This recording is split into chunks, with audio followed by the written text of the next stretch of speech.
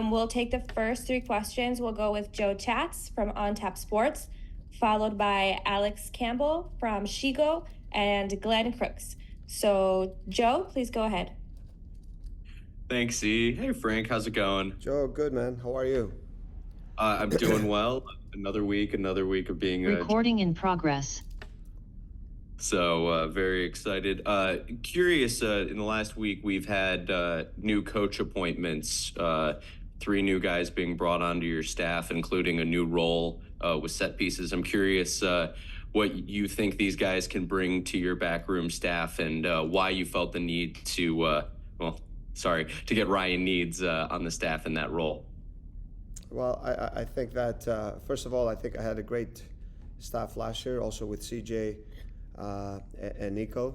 Nico was a situation that it was a moment where he had finished coaching the national team of Cyprus, and it was a moment where he was able to come and help in 5 months, knowing that his mind was returning back where his family was. So that was great. CJ has been a big part of this club as a player.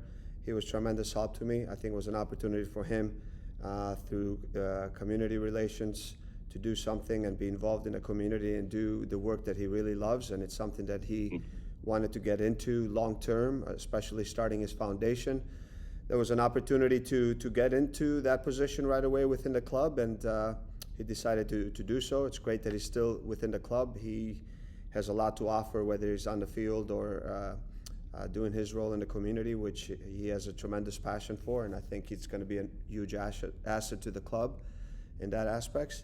So then I needed to find two positions, and my main goal looking into it, I wanted to get, first of all, someone that had MLS experience and someone that can specialize more off the ball as an assistant coach, more on the defensive part, knowing that we're all going to be involved and talking through these final decisions, but someone to be more his specialty. And I went through the process to interview different people, a lot of good candidates, but in the end I felt that Paulo Nagamura, first of all, just a great human being, a lot of experience within the league, and I felt that we had a really good connection. He has really good ideas, extremely hardworking guy, very bright, and so for me that was really a great moment to be able to offer him the job, but also for him to accept this opportunity to be involved in our club. And then with the appointment of Carlos Garcia, it's someone that's out of the box. I always look to bring someone that can bring different ideas. He has tremendous experience also. He played the game at the highest level. He's coached in different countries, and someone to specialize more with the ball. And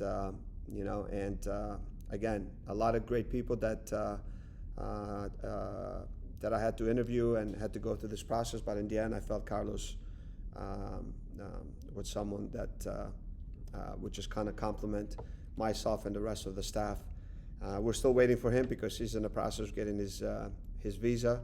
And then we always, from last year, we had talked about bringing someone that can specialize and focus on set pieces. It's a big part of the game worldwide. It's just not here. It's an element in the face of the game that can decide outcomes.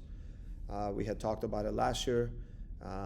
We didn't bring someone on, but I strongly felt that we needed to make that move this year, and bring in Ryan with his experience. I think it's going to be just a great addition to the club, and this could not happen if we didn't have the support of our owner. And I think that's the biggest thing for me when you talk about MVPs and who the DPs are in any team. For me, I can look at players, but I look at our owner, and without him, none of this would be possible. So I feel now, since I've gotten all the pieces there, I think that we have an excellent staff, along with Zach Thorne, Thodoris Andonopoulos, someone from last year, Jeff DeGroot, Nacho Terrano with the performance staff, and we have an excellent staff put together. I'm really excited, I think hopefully it answers your question, Joe. It does. Thank you, Frank. Thank you. Next, we will go with Alex Campbell from Shigo Sports. Hey, Frank, thanks for taking the time. Really appreciate it. I guess, we've got one preseason match in the books with a lot of the group being the same guys from last year and having kind of a set core. For you, what are the biggest focuses of these matches, given that a lot of these guys you know pretty well already? Is it more mixing in new guys? Is it, seeing how different guys combine together? What are you paying the most attention to, would you say, in these early preseason matches? Yeah, I think, hey, Alex, thanks for the question. Really good question. I think when you step in a situation like I did last year, I think there's some things that are set already. I think what I really try to focus on when I came in, it's really on the structure and the organization on both faces of the game. Last year, I think coming in now, being here from the beginning, it's really being crystal clear, what kind of team that we want to be. I think that with the ball, what kind of principles we want to have. It always starts with the structure. I think without the ball, the defensive side, it's all about organization. I think it's the same with the ball, but I think with the ball, for me, I'm the kind of coach also that, we all need to be on the same page for sure, but it's also going off the quality of the players, giving them the ability to express themselves, giving them freedoms, putting them in the positions where they're going to be successful. And then that's the most important thing. I can have certain ideas, but I think in the end of the day, I don't even talk about structure, formation. For me, it really does. It's no point to talk about that because for me, it's just about trying to put players where they can be successful on the field, where they feel comfortable, what their strengths are, and then obviously try to compensate in areas where they're not as strong. But as a team, we can be strong all around. And I think more than anything than that, really solidifying the principles and the kind of identity and the team that we want to be. And you can only do that from the beginning. I think setting the tone, the expectations, how do we want to work together, what are the expectations daily, what is the culture, the values of this club, and how do we coexist, because that really is kind of describes the identity. And I think that's very important. We've had an excellent start with the group. You're right, I do know a lot of the players from last year, and I think that is a benefit, and sometimes it isn't, so so that's been the focus in preseason. We're still waiting now for some of the new signings with Arrigoni and Tobias Salquist with their visas. They're not here. I feel that this is really important part of the season because the preseason kind of sets the tone and builds the foundation within a team. And I can't wait for them really to finalize their visas. We've had Brian Dowd, the goalkeeper that we signed from a draft pick. The draft pick. It's good to have Chris Mueller back because he missed out the whole of last year, and that's the new signing. And with Chris, it's just he's got so much energy. It's almost like he wants to do everything and be back to his form in one day. And it's been the thing with me. It's just been really hard to communicate to him that it's going to take time. He's looked really good, but the big picture and the focus are the things that I talked about. And one of my goals are in this, really to focus in this phase of preseason. And then obviously when we play the games, you want to see some of the things that you work on the pitch translate into the game. And from a standpoint that the players will have heavy legs, really to push through it, to have really strong mentality. And then you're always just praying for no injuries, because no setbacks, because that really sets the players back when you do miss preseason. Thanks, Frank. Thank you, Alex. Thank you. And before we go with Glenn Crooks, I will say that up next will be Vasilios Skamnias from Soccer Subs podcast, followed by Russell Wifey. So Glenn, your line is open. Hey, Frank, good to see you. Glenn, good to hear you. I don't see you, my friend, so hopefully I can see you soon.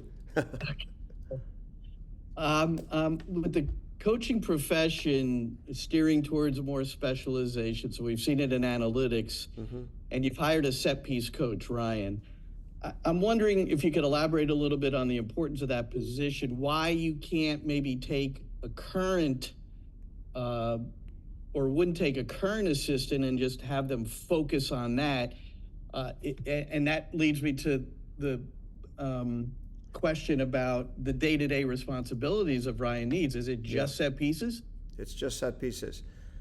Glenn, I think it's becoming. I think even our game, it's becoming more. You bring coaches that specialize in certain areas, whether it's a striker coach, set piece coach, and stuff like that. We can't do it, but it's such time consuming. And I think for a guy like Ryan that we brought in, his main focus it's set pieces. He gets the data, he analyzes the opponents. He's got to look at the minor details, even the little things. This guy's looking at his right shoulder at this moment. Maybe that half a second, I can, maybe go off his back shoulder and gain an advantage. So that is his main focus, really, scouting the opponent, looking at the strengths, and then coming up in the game plan and how do we approach, this opponent. What is the best way, defending the set pieces, but also, how can we be more dangerous and create goal scoring opportunities. So his main focus is that. I talked a little bit about bringing, Paulo Nagamura in, and he's an assistant coach, but specializing more off the ball. Coming up with the ideas. How do we press on a static situation, goalkeeper against an opponent? How do they look to build out? Mid block to our final third defending. What is that going to look like? In the end, we all talk and come up with the game plan, and we talk. But I wanted to bring guys that can specialize in certain areas of the field. And but as far as Ryan, that's a full-time role, man, and he needs to. This all day is just his focus is on that. We work together also with the head of performance coach as we plan the week, and where do we find areas now that where he needs to do put the time in order to improve the team. 1/3 of the goals, I think, in the last World Cup, and I don't know what have to look at the averages within the league. 1/3 of the goals came from set pieces. So right away, you have to think that 1/3 of the time in the week, you have to put into set pieces. If you want to improve something, I think we have to put the time into it. It's great to have Ryan here. He's this is what he wants to do. He wants to be. That's what he specializes in, and now we believe in that. The players believe in that. We laid out the plan, what it's going to look at, and then you have to have also buy-in from the players. It's something that we talked about it with them last year, and once there's buy-in with them, and now there's a commitment, and then they totally understand because it's something that could give us an edge on the field. So as a follow-up, will your next request to the owner be a striker coach? No, I think that's something that also within, even myself and Carlos and Paulo, it's an area that we can also do. That's easy for us when we do functional stuff. We can cover that, but it's the same like having a goalkeeping coach. You specialize in that. Set piece coach. It's a lot of hours. It's a lot of work daily. Not that the forwards are not, but that's an area that I think within us three, it's something that we know well, and we can cover that. Thank you, Frank. Thank you. Thank you. Next, we will go to Vasilios Skamnias.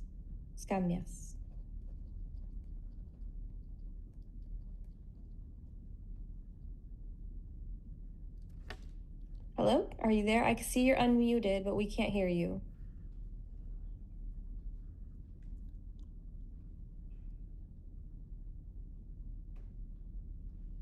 Okay, we'll come back to you. Next, we'll go to Russell Wifey. Coach, good afternoon. How you doing? Good to see you. Hi, Russell. Good, thank you. Doing great.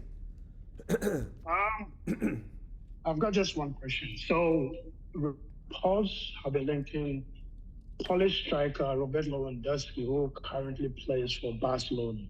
Okay. You having this relationship, amazing relationship with the owner of Chicago Fire and the front office. Have you thought about bringing Robert Lewandowski to Chicago, especially me speaking to some of these Polish fans? They really want to see their striker in Chicago. Will drive sales, the marketing wise will be out there. Have you thought about bringing this amazing striker to Chicago? Thank you, Coach. Yes, Russell. It's a great question. I'm sure that every team in the league would want Lewandowski to come, but unfortunately he has 2 years left in his contract in Barcelona, and I don't think that Barcelona paid over $50 million to get him, Russell. So I don't think it's a player that's going to be coming to MLS especially right now. Incredible striker.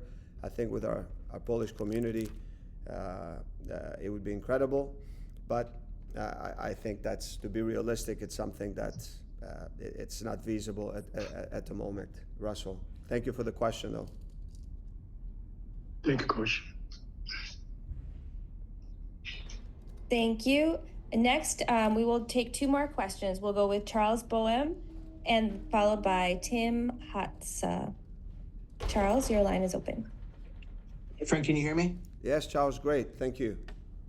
Hey, it's great to speak with you again. When we spoke in DC back in the fall, you know, it kind of felt like you seem to think that maybe big changes would be coming this winter, especially if you guys didn't make the playoffs, and you guys are able to run it back now, which I'm sure you're feeling good about, but I think there's maybe some questions among fan base and the wider MLS kind of community about you know, what it all means and what this Fire team is going to look like and what's going to change. So I just wonder if you could speak in the big picture on kind of what your message would be to those who are curious as to, you know, what this team is going to look like and how things change.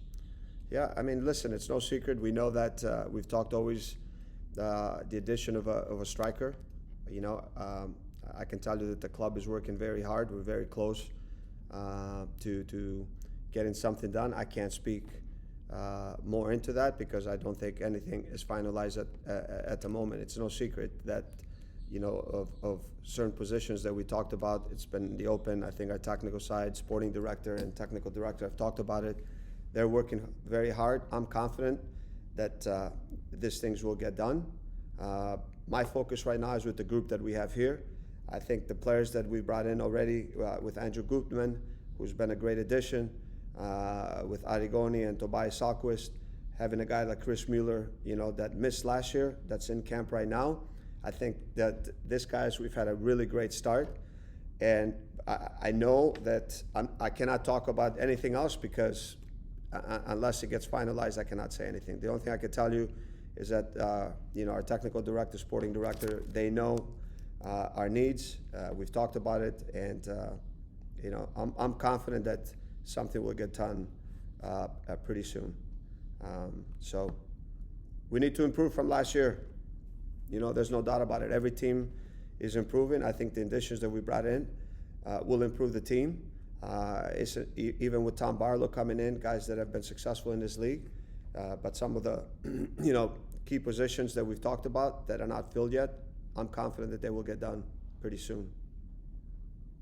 I think your tactical model and your game model are going to be more or less what we saw last year. Do you have anything up your sleeve there? No, sleeve, no. I think I always have to wait to see the players that I bring in and what their strengths are. I think tactical flexibility is the most important thing, because you can put one team in a certain formation, but that doesn't mean that's the way that they stay. You know, how we want to build up, how we want to create spaces, how we want to create advantages on the field, that changes. And that's a lot of the stuff that we've been working on and stuff. I talked about earlier that without the ball, it's a lot about organization and be very, very clear. With the ball, it's the same thing, but also, you know, players with ability and certain qualities, especially in the final third, you have to give them the freedom and their ability to express themselves. And I think that's the most important thing. But it's all about the structure and how we can put them in the best position to be successful. But flexibility is something that we need to have. I think it's, as a player, for me, I think you need that. It's not about being rigid. It's about players understanding always, you know, where are the advantages, how can they create them, where's the pressure coming from, and their ability to make decisions. So the more that, we can do at practice where it gives them the ability to solve different problems and we can all be on the same page, and that's why it's important in preseason to be able to work on this, the better team will be on the field. And I think that's going to be a key. The only thing I can tell you is this, that the team is going to be committed, all right? I think the one thing I've talked about is commitment, passion. You got to have passion. You got to be committed. You got to leave everything on the field, and you got to leave everything on the field when you put this jersey on. That I guarantee to the fans.